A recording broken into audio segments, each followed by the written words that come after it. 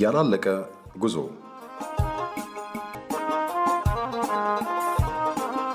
ለሴቶች ሕይወት ጉዳት እንዲሁም አባጣና ጎርባጣ ሆኖ እያስቸገረ ያለውን እንቅፋት የማስወገድና የማቃናት ጉዞ ተገባደደ እንጂ አላለቀም። ያላለቀ ጉዞ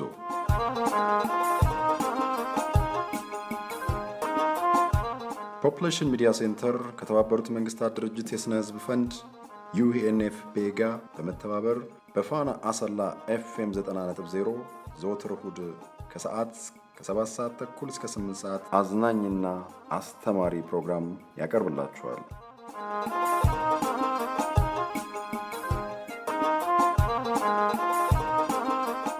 ያላለቀ ጉዞ።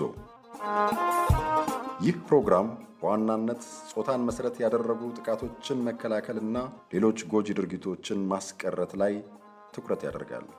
ፕሮግራሙ በማህበረሰቡ ዘንድ ስር የሰደዱ ጾታን መሰረት ያደረጉ ጥቃቶችንና ሌሎች ጎጂ ድርጊቶችን መከላከልና ማስቀረት የሚያስችሉ መፍትሄዎችን ይዳስሳል፣ ይመክራል፣ እንዲሁም የእናንተን ተሞክሮች ወደ እናንተው ያቀርባል።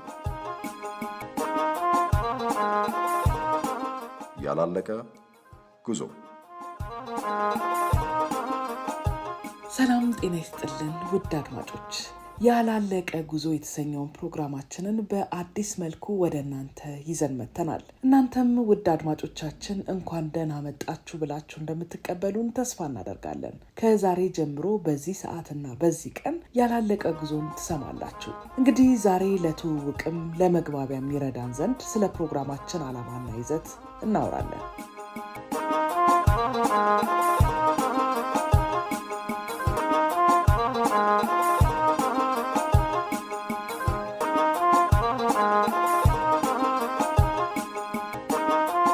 በዚህ በአዲሱ ፕሮግራማችን በርከት ያሉ ቁም ነገሮችንና ለእናንተ መረጃን የሚሰጡ የተለያዩ ቅንብሮችን በጥሩ ለዛ ወደ እናንተ ለማድረስ ተዘጋጅተናል። እናንተ ብቻ ልብና ጆሯችሁን ስጡን። ሀሳብ አስተያየትም ካላችሁ 0944088998 የተንቀሳቃሽ ስልካችን ቁጥር ነው፣ ደውሉልን። አሊያም አጭር የጽሁፍ መልእክትን መላክ ትችላላችሁ። በምናቀርበው ፕሮግራም ዘና እያላችሁ ቁም ነገርን ትጨብጣላችሁ። በዚህ በፖፑሌሽን ሚዲያ ሴንተር እየተዘጋጀ ወደ እናንተ የሚደርሰው ያላለቀ ጉዞ የሬዲዮ ፕሮግራማችን ካካተታቸው ቅንብሮቻችን መካከል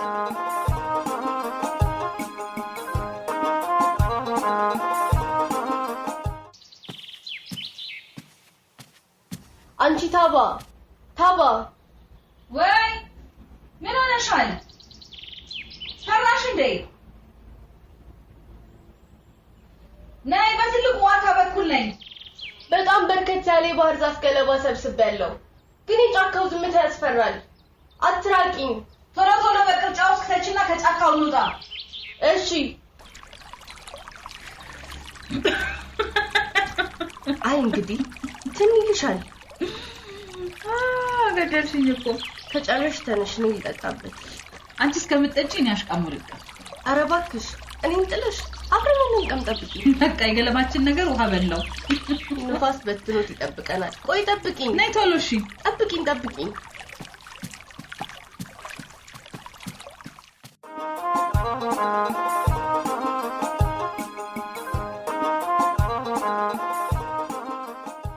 ከሚቀጥለው ሳምንት ጀምሮ ወደ እናንተ ወደ ተወደዳችሁ አድማጮቻችን ማድረስ እንጀምራለን። እናንተ ብቻ ያላለቀ ጉዞን ለመስማት ዝግጁ ሁኑ። ሌሎችም እንዲሰሙ አበረታቷቸው። ይህ የሬዲዮ ፕሮግራማችን ያላለቀ ጉዞ ይሰኛል። ለሴቶች ሕይወት ጉዳይ አልፎም አባጣና ጎርባጣ ሆኖ እያስቸገረ ያለውን እንቅፋት ሁሉ የማስወገድና የማቃናት ጉዞ ተገባደደ እንጂ አላለቀም። ያላለቀ ጉዞ።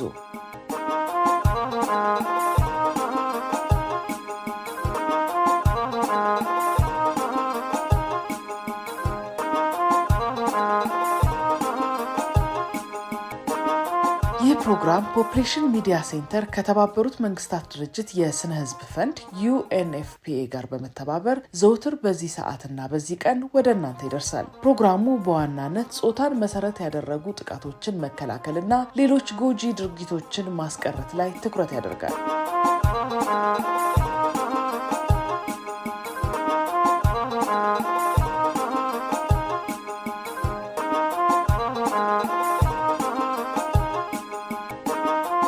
ፕሮግራሙ በማህበረሰቡ ዘንድ ስር የሰደዱ ጾታን መሰረት ያደረጉ ጥቃቶችና ሌሎች ጎጂ ድርጊቶችን መከላከልና ማስቀረት የሚያስችሉ መፍትሄዎችን ይዳስሳል፣ ይመክራል። እንዲሁም የእናንተን ተሞክሮች ወደ እናንተው ያቀርባል።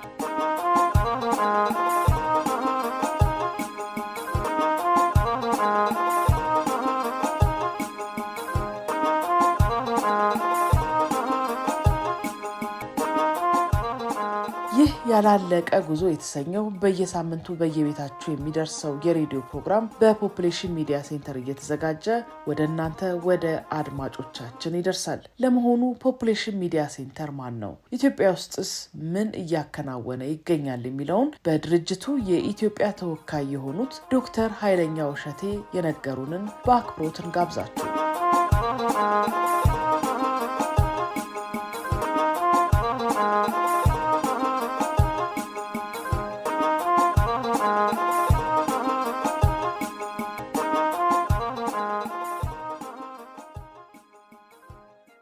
አንጋፋ ከሚባሉ ድርጅቶች አንዱ ነው። የተቋቋመውም ከ24 ዓመት በፊት አካባቢ ነው። በፈረንጆች አቆጣጠር 2001 በአበሻ ምናልባት 1993 አካባቢ ይመስለኛል። በዛን ጊዜ የተቋቋመ ድርጅት ነው እና በጊዜው በዋናነት ትኩረት አድርጎ የነበረው የስነ ህዝብ ጉዳይ ነው። እንግዲህ ሚዲያን ወይም ደግሞ መገናኛ ብዙሃንን በመጠቀም የስነ ህዝብ ጉዳይ ተደራሽነት እንዲኖረው ለማድረግ እሳቤ ነው ሲቋቋም የነበረው ከ24 ዓመት በፊት እና የድርጅቱ መስራች ዶክተር ንጉሴ ተፈራ ይባላሉ። እሳቸው ደግሞ ቀደም ሲል ይህን ድርጅት ከመመስረታቸው በፊት በመንግስት መስሪያ ቤትና ተቋሞች ውስጥ በተለያየ ኃላፊነት ሲሰሩ የነበሩ፣ በተለይ ደግሞ በመጨረሻ የስራ ዘመናቸው በመንግስት መስሪያ ቤት ስነ ህዝብ ጉዳይ ጽህፈት ቤት ኃላፊ በመሆኑ ወይም ደግሞ በሚኒስቴር ማዕረግ በኢትዮጵያ ውስጥ ያንን ድርጅት ይመሩ ስለነበረ ከዛ ከነበሩበት ቦታ ስራ አቁመው ወደዚህ ወደ አዲስ ስራ ሲጀምሩ ያው ስነ ህዝብ ጉዳይ ቀደም ሲልም ይሰሩበት የነበረ አካባቢ ስለነበር ከዛ ጋር በተያያዘ በዋነኝነት ትኩረት አድርጎ ሲጀምር ፕሮግራሙ የጀመረው የስነ ህዝብ ጉዳይ፣ የቤተሰብ እቅድ። ይሄ የተባለበት ምክንያት በዛን ጊዜ እንግዲህ ኢትዮጵያ ውስጥ ስነ ህዝብ እንደ አንድ ዋነኛ ጉዳይ ወይም ደግሞ የመንግስት የትኩረት ማቅጣጫ ነበር ማለት ይቻላል። ነገር ግን በዛን ጊዜ ደግሞ ይሄ ፕሮግራም በሚጀመርበትን ጊዜ እንደሚታወቀው ሀገራችን ውስጥ HIV ኤድስ በከፍተኛ ደረጃ የጨመረበት ጊዜ፣ እንደውም ስጋት የነበረበት ጊዜ ነበር በኢትዮጵያ ውስጥ።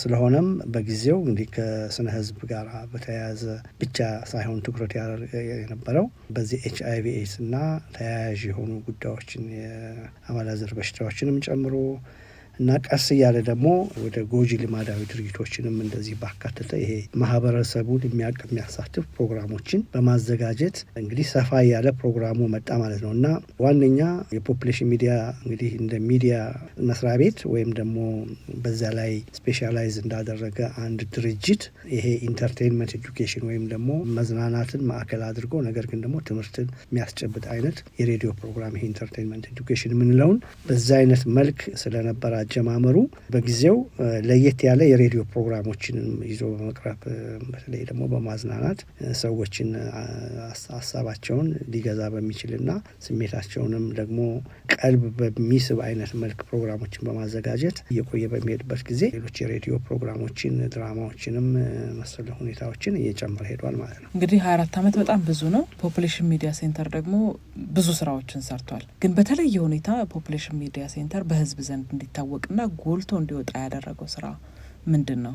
ህብረተሰቡ ዘንድ እንደው ይህን ጥያቄ ብናቀርብ በአንደኝነት ሁሉም ሰው ፖፑሌሽን ሚዲያ ሴንተር እናውቀዋለን፣ የቀኝ ቅኝት የሚል አይነት መልስ ይሰጣል። ትክክለኛውም ነው። እርግጥ ሲጀምር የፖፑሌሽን ሚዲያ ሴንተር የጀመረው የድራማ ፕሮግራሞችን በማቅረብ ነው እና የመጀመሪያው ድራማ የቀኝ ቅኝት የሚባለው ድራማ ነው። እርግጥ ይህ ድራማ ብቻ አይደለም በፖፑሌሽን ሚዲያ ሴንተር የቀረበው። ሌሎች በርካታ የሆኑ ወደ 10 የሚሆኑ ድራማዎች ለምሳሌ ስብራት የሚባል፣ ማለዳ፣ ምዕራፍ፣ መንታ መንገድ፣ የረገቡ ፈትሎች፣ ፍኖተ ጽድቅ እንደዚህ በቲያትር መልክ እንደዚህ የቀረቡ በድራማ ስቴጅ ላይ በርካታ የሆኑ ስራዎች አሉት የፖፑሌሽን ሚዲያ ሴንተር። እነኚህ ሁሉ ድራማዎች አሁን ደግሞ በቅርብ ጊዜ እንዳሁን ደግሞ በንቃቃት እየተባለ የሚጠራም የሬዲዮ ሲሪያል ድራማ ወይም ደግሞ ተከታታይ የሬዲዮ ሲሪያል ድራማ እና ንቃቃት በሚጀምርበት ጊዜ በወቅቱ ወደ 2 ዓመት ተኩል የፈጀ ድራማ ነው። ከ250 አካባቢ በላይ ኤፒሶድስ ማለት ነው ይቻላል በየሳምንቱ የሚቀርብ ነው። በጣም ምርጥ የሆኑ ደራሲያን የተሳተፉበት ድራማ፣ እንደዚሁም ደግሞ ምርጥ የሆኑ አርቲስቶችም ደግሞ የተሳተፉበት የሬዲዮ ድራማ ነበር በጊዜውና በዛን ሰዓት የቀኝ ቅኝትን በቃ ሰው ሁሉ በሚተላለፍበት ጊዜና ሰዓት ትዝ ለሚላቸው ሰዎች መንገዶች ሁሉ በዛን ሰዓት ጭር ይላሉ። አንዱ ምክንያት ምንድነው? ልክ ያ ፕሮግራሙ በሚጀምርበት ሰዓት ሰው ሁሉ ከያለበት ከስራም ከምንም ሮጦ ገብቶ ሬዲዮኑ ላይ ተንጠርቦ ያንን ለመከታተል ፍቅር ስለነበረው ነው።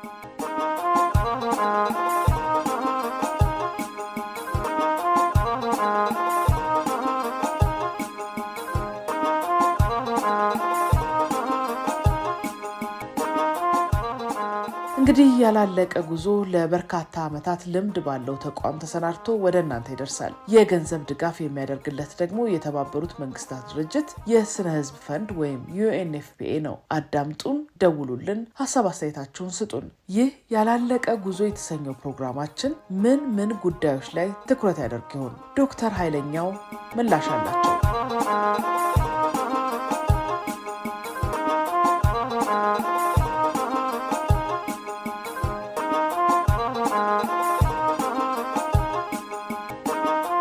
ፖፑሌሽን ሚዲያ ሴንተር እንግዲህ ከተለያዩ ዓለም አቀፍ የሆኑ እና ደግሞ ሎካልም ካሉ ወይም ደግሞ ሀገር በቀል ከሆኑ ድርጅቶችም ጋር በመተባበር ስራ ይሰራል።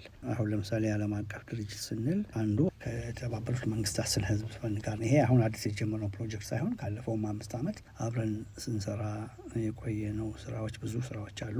ግን ከተባበሩት መንግስታት ስነ ህዝብ ፈንድ በተጨማሪ ከዩኒሴፍ ጋር የተባበሩት መንግስታት የህፃናት ድርጅት ጋራ ዩኒሴፍ፣ እንደዚሁም ደግሞ ሴቭ ዘ ችልድረን የህፃናት አድን ብለን ኢንተርናሽናሉ ማለት ነው ጋር፣ እንደዚሁም ከተለያዩ ድርጅቶች እና ፓካርድ እንደዚህ ከመሳሰሉ ጋር ቀደም ሲል በድሮ ጊዜም ከነ USAID እና እንደዚሁም ሌሎች ሁሉ ዓለም አቀፍ ድርጅቶች ጋር አሁን በቅርብም እየሰራን ያለ ነው።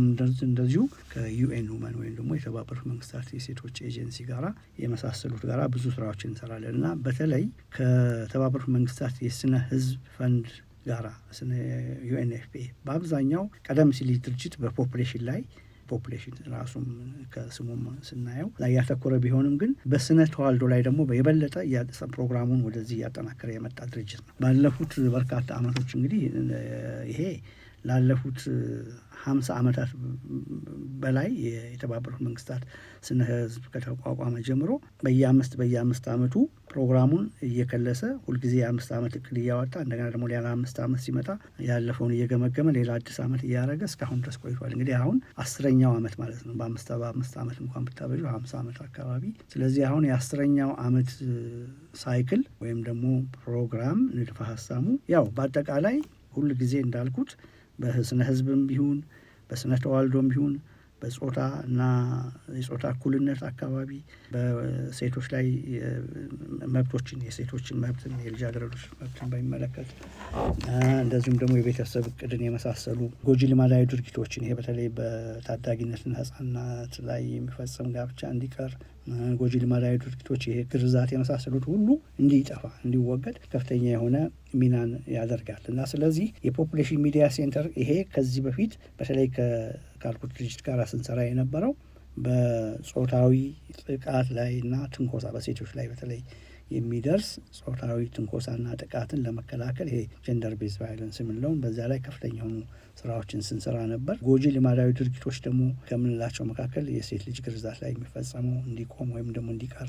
ያለ ዕድሜ ጋብቻ ወይም ደግሞ በታዳጊነት በህፃነት የሚፈጸም ጋብቻ ሁሉ እንዲቀር፣ እነኝህን ሁሉ እና በአጠቃላይ ሴቶችን የማበቃት ስራ ማለት ነው ውመን ኢምፓወርመንት የምንለውን እንደዚሁም ደግሞ ህብረተሰቡን በተሻለ መጠን ጎጂ የሆኑ ልማዳዊ ድርጊቶች በልምድም ይሁን በባህልም በሃይማኖት ምጸኑ ልንሆን እንችላለን በተለያየ አይነት መልኩ የተያያዘ ለህብረተሰቡ ጥቅም ላይ የማይሰጡ ነገር ግን ጉዳታቸው የሚያመዝነውን ነቅሶ በማውጣት በህብረተሰቡ ውስጥ ተቀባይነት እንዳይኖራቸው ወይም ደግሞ ዝም ብሎ እውቀትን በማጋራት ላይ ብቻ ሳይሆን ነገር ግን ኢንፎርሜሽንን ወይም መረጃን በመስጠት ሰዎች ከተገነዘቡ በኋላ ግንዛቤያቸውን ካሳደጉ በኋላ የአመለካከት ለውጥ እንዲያመጡ የአመለካከት ለውጥ ደግሞ ካመጡ በኋላ ወደ ቢሄቪየራል ቼንጅ እንደለሙራ ስለዚህ ዝም ብሎ እውቀትን እንደ ሄልዝ ኤዱኬሽን አይነት ዝም ብሎ እውቀትን አይነት የማስጨበጥ እንትን ብቻ ሳይሆን በሂደት የሰዎችን አእምሮ አመለካከት በራሳቸው ውሳኔ እየወሰኑ ያንን ተግባራት ጎጂ የሆኑ ልማዳዊ ድርጊቶች እንዲቀሩ እንዲወገዱ እገዛ በማድረግ እንግዲህ በሚዲያን በመጠቀም ማለት ነው። ዋናው የኛ ቱላችን ወይም ደግሞ መጠቀሚያ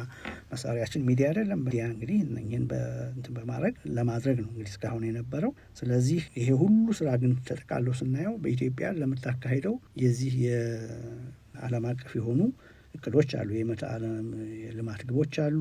የዘላቂ ልማት ግቦች አሉ። እነኚህ ሁሉ አሁን በ2030 የሚገመገሙ ናቸው እና 2030 ማለት ከ5 ዓመት በኋላ የሚገመገብ ፕሮግራም ነው። ይሄ በኢትዮጵያ ብቻ ሳይሆን በዓለም አቀፍ ደረጃ ይህንን ፕሮግራም የሚያካሂዱ በሙሉ የተባበሩት መንግስታት አባላት ሀገሮች የፈረሙበት ነው። ስለዚህ ኢትዮጵያም የዛ ፈራሚ ስለሆነች በዛን ጊዜ የተቀመጡ ግቦች አሉ። ለምሳሌ በህፃናት ሞትን በመቀነስ የእናቶችን ሞት በመቀነስ ከረሃብ ጋር የተያያዙ ጤና ችግሮችን በማስወገድ እንደዚሁ ደግሞ ሰዎች በአጠቃላይ ጤናቸው ማህበራዊ ኑሯቸውና እንደዚህ ኢኮኖሚያዊና በትምህርትም ኤዱኬሽንንም ጨምሮ የተሻለ ኳሊቲ ኦፍ ላይፍ ወይም የተሻለ ኑሮ እንዲኖሩ አንድ የታለመ እቅድ አለ። በዓለም አቀፍ እንቅስቃሴ ነው እና ኢትዮጵያም የዛ አካል ነች። ያንንም ከማሳካት አኳያ እገዛ ለማድረግ ሚዲያው በተለይ ደግሞ በጣም ተደራሽነቱ ሰፊ ስለሆነ በየትኛውም ቦታ የአገሪቷ ክፍል ሊደርስ ስለሚችል ሚዲያን በመጠቀም እና ፖፑሌሽን ሚዲያ ሴንተር አሁን እያቀደ ያለው ከተባበሩት መንግስታት ድርጅት ጋር እነዚህ ስራዎች ነው።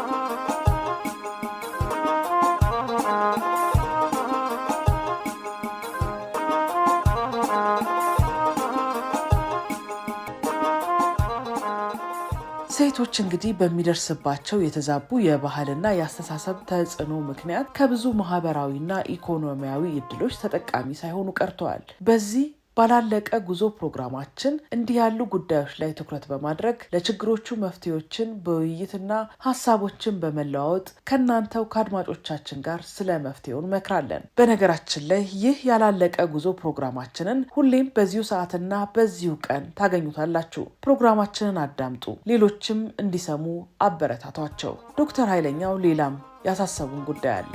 ወደዛው ነው።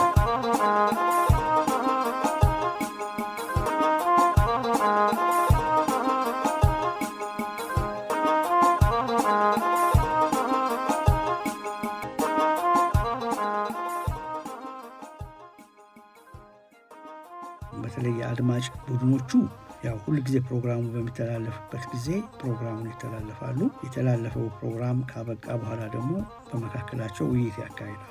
እንግዲህ በአንድ አድማጭ ቡድን ውስጥ ለምሳሌ ምሳሌ ነው የምሰጠው 10 ሰው አለ ቢባል ወንዶችም ያሉበት ሴቶችም ያሉበት የአድማጭ ቡድን ነው። ከአንድ አካባቢ ወይም ከዛ ከመኖሪያቸው አካባቢ የሚተዋወቁ ሰዎች ናቸው። ያንን ፕሮግራም ከተከታተሉ በኋላ ምንድነው ውይይት ይካሄዳል። በውይይቱ ላይ ደግሞ ማብራሪያ የሚያስፈልግ ነገር ካለ፣ ጥያቄ ካለ ወይም ደግሞ ሌሎች ተጨማሪ ሀሳቦች ካሉ በቀጥታ ደግሞ በስልክ የሚገናኙበትም ፎረም ወይም ደግሞ ፕላትፎርም አለ ወይም ደግሞ የመገናኛ መረብ አለን እና እነኚህ አድማጮች ቡድኖች ያንን ካዳመጡ በኋላ ደግሞ ወደ ህብረተሰቡ እዚያው አካባቢ ላሉት ቤተሰቦቻቸውና እንደዚሁም ደግሞ ጎረቤቶቻቸው የአካባቢ ሰዎች እየሄዱ በዛ ጉዳይ ላይ ደግሞ እንደዚሁ ደግሞ ማብራሪያም ውይይትም እንዲያካሂዱ ይጠበቃል። እዚህ አድማጮች ቡድኖች ውስጥ ብዙ በኃላፊነት ቦታ ያሉ አንዳንድ ጊዜ ለምሳሌ አንዳንድ ቦታዎች ላይ ሁሉ በቀበሌም ውስጥ የሚሰሩ ሊሆኑ ይችላሉ። በሴቶችና እንደዚሁም ዙሪያ አካባቢ የሚሰሩ ሌሎችም ሊሆኑ ይችላሉ እና እነሱ ያው ባላቸው መዋቅር ደግሞ መድረስ የሚችሉበትን ሰው አካባቢያቸው ያለውን ሰው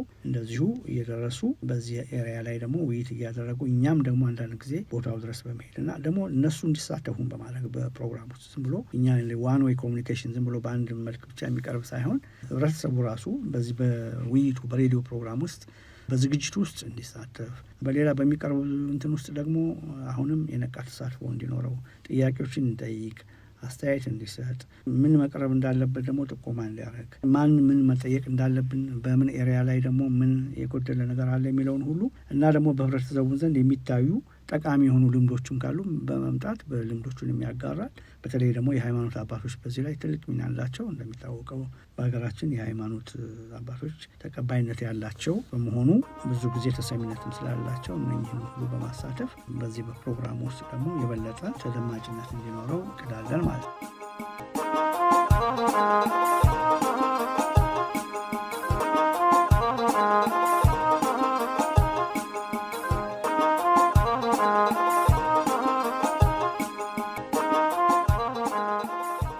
ያላለቀ ጉዞ የተሰኘውን የ30 ደቂቃ የሬዲዮ ፕሮግራማችንን ነው እያዳመጣችሁ የምትገኙት። ፕሮግራማችንን በተመለከተ ያላችሁን ሀሳብ አስተያየት በ0944 088998 ላይ በመደወል እንካችሁ በሉን። ዶክተር ኃይለኛ ውሸቴን በፖፑሌሽን ሚዲያ ሴንተር የኢትዮጵያ ተወካይ ካላቸው ጠባብ ጊዜ ቀንሰው ለሰጡን ምላሽ ከልብ ነው የምናመሰግነው።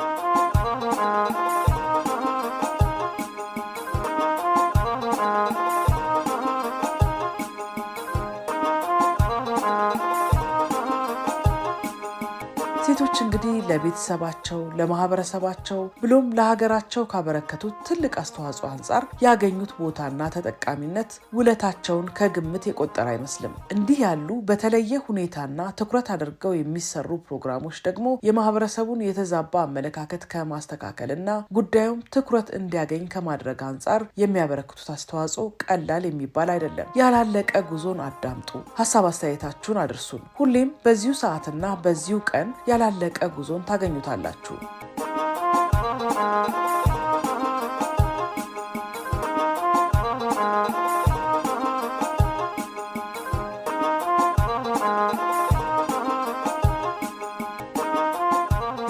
ለዛሬ እንግዲህ በጥቂቱም ቢሆን ያላለቀ ጉዞ ወደፊት ወደ እናንተ ከሚያደርሳቸው የፕሮግራም ይዘቶች መካከል በተወሰነ መልኩ ምን እንደሚመስል እንደተገነዘባችሁ ተስፋ እናደርጋለን። እስኪ ወደፊት አሰናርተን ወደ እናንተ ወደ ተወደዳችሁ አድማጮቻችን ከምናደርሳቸው ቅንብሮቻችን መካከል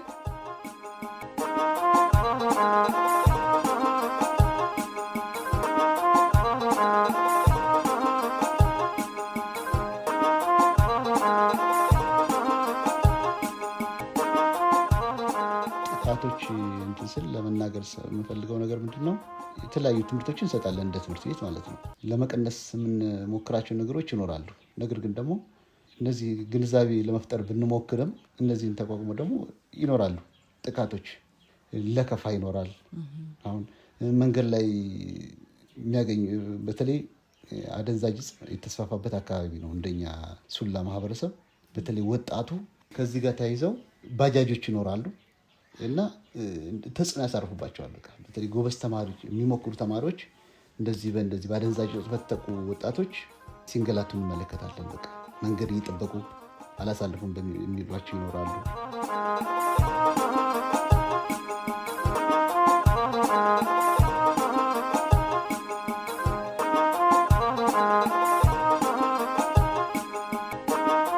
የምርመራ ስራው የቅብብሎሽ አሰራር ስለሆነ ጉዳዩ እንትን ይላል ይጉላላል እና በዚህ ሰዓት ምንድነው ሴቶቹ ወይም ሴቷ ምንድነው ለዳግም ተጎጂነት ይጋለጣሉ።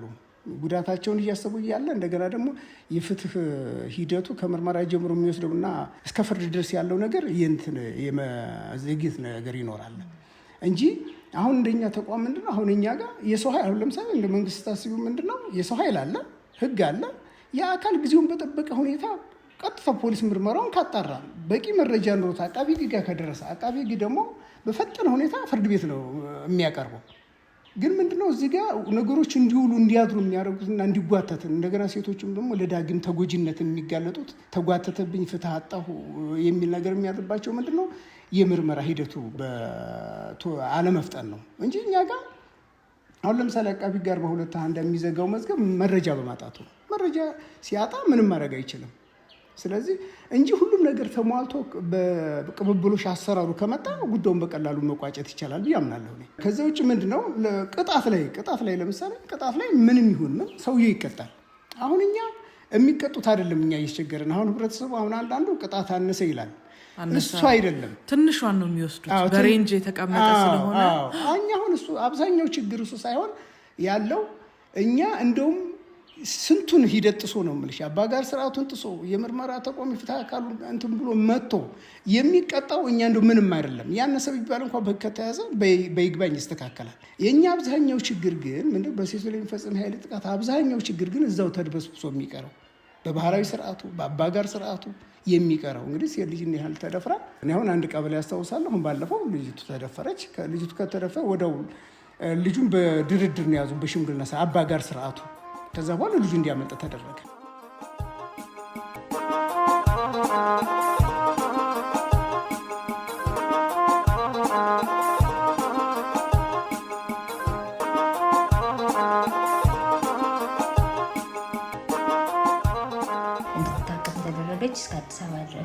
ወስደት ያው ተላላፊ በሽታ ምናምን እነዚህ ሁሉ ታከመች። ከዛ በኋላ አላይኗ ደግሞ እስከ አዲስ አበባ ድረስ ሄዳ ታከመች። ጽንሱ እንዲወርድ አልፈለገችም ነበርና ወለደች። እና እሷን ሴትዮ ምናልክ የተለያየ ስልጠና ወርዲ በቃ በጣም በሚያሳዝን ሁኔታ አእምሯ ሁላ ትክክል አልነበረም።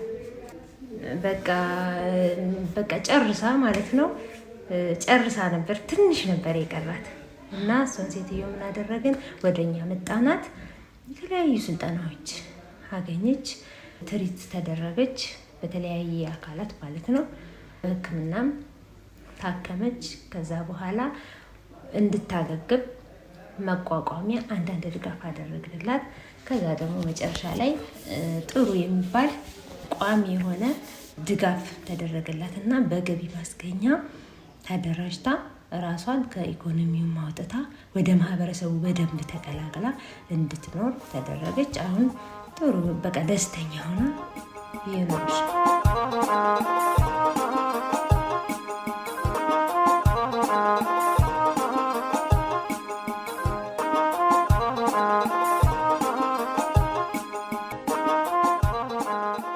ያላለቀ ጉዞ በተሰኘው ፕሮግራማችን ቀደም ብለን እንደነገርናችሁ የተለያዩ ሰዎችን ተሞክሮና ልምዶችን ወደ እናንተ እናደርሳለን። ሴቶች ለማህበረሰባቸው ካበረከቱት ትልቅ አስተዋጽኦ አንጻር አሁን ያሉበት የኑሮ ደረጃና ውሳኔ መስጠት አቅም ላይ እንመክራለን። ለወደፊቱ የሚሆኑ የመፍትሄ ሀሳቦች ላይ ትኩረት አድርገን እንወያያለን። እናንተ ብቻ ልብና ጆሮአችሁን ለኛ ስጡን። ሀሳብ አስተያየታችሁን በተንቀሳቃሽ የስልክ መስመራችን 0944 088998 ላይ በመደወል አሊያም አጭር የጽሑፍ መልእክት በመላክ አብሮነታችሁን ግለጹልን።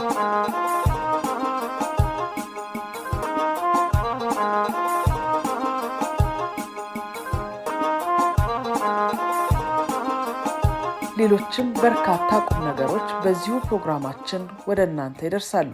ያላለቀ ጉዞ የእናንተው ፕሮግራም ነው። ሁሌም አዳምጡን፣ ሀሳብ አስተያየታችሁን አድርሱን። እንደሰማችሁት የሚያዝናኑ መረጃን የሚሰጡና እውቀትን የሚያስጨብጡ በርካታ ቅንብሮችንና ድንቅ የሆኑ ተሞክሮችን አዘጋጅተናል። ከዚህ በኋላ ባሉት ሳምንታት ወደ እናንተ ማድረስ እንጀምራለን። እናንተ ውድ አድማጮቻችንም ሁሌም ያላለቀ ጉዞን አዳምጡ። በፕሮግራማችን ላይ ያላችሁን ሀሳብ አስተያየት አድርሱን። ደውሉ፣ ጻፉም። 0944 088998 የተንቀሳቃሽ ስልካችን ቁጥር ነው።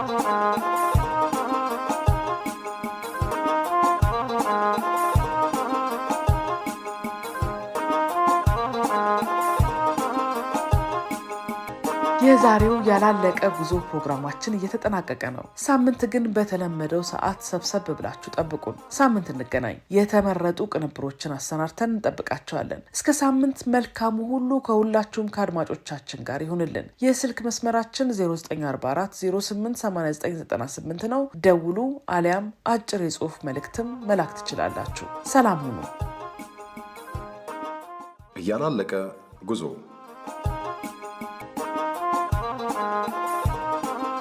ለሴቶች ሕይወት ጉዳት እንዲሁም አባጣና ጎርባጣ ሆኖ እያስቸገረ ያለውን እንቅፋት የማስወገድና የማቃናት ጉዞ ተገባደደ እንጂ አላለቀም።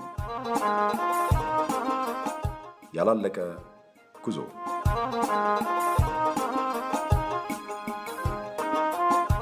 ፖፑሌሽን ሚዲያ ሴንተር ከተባበሩት መንግስታት ድርጅት የስነ ህዝብ ፈንድ UNFP ጋር በመተባበር በፋና አሰላ FM 90.0 ዘወትር እሁድ ከሰዓት ከ7 ሰዓት ተኩል እስከ 8 ሰዓት አዝናኝና አስተማሪ ፕሮግራም ያቀርብላችኋል።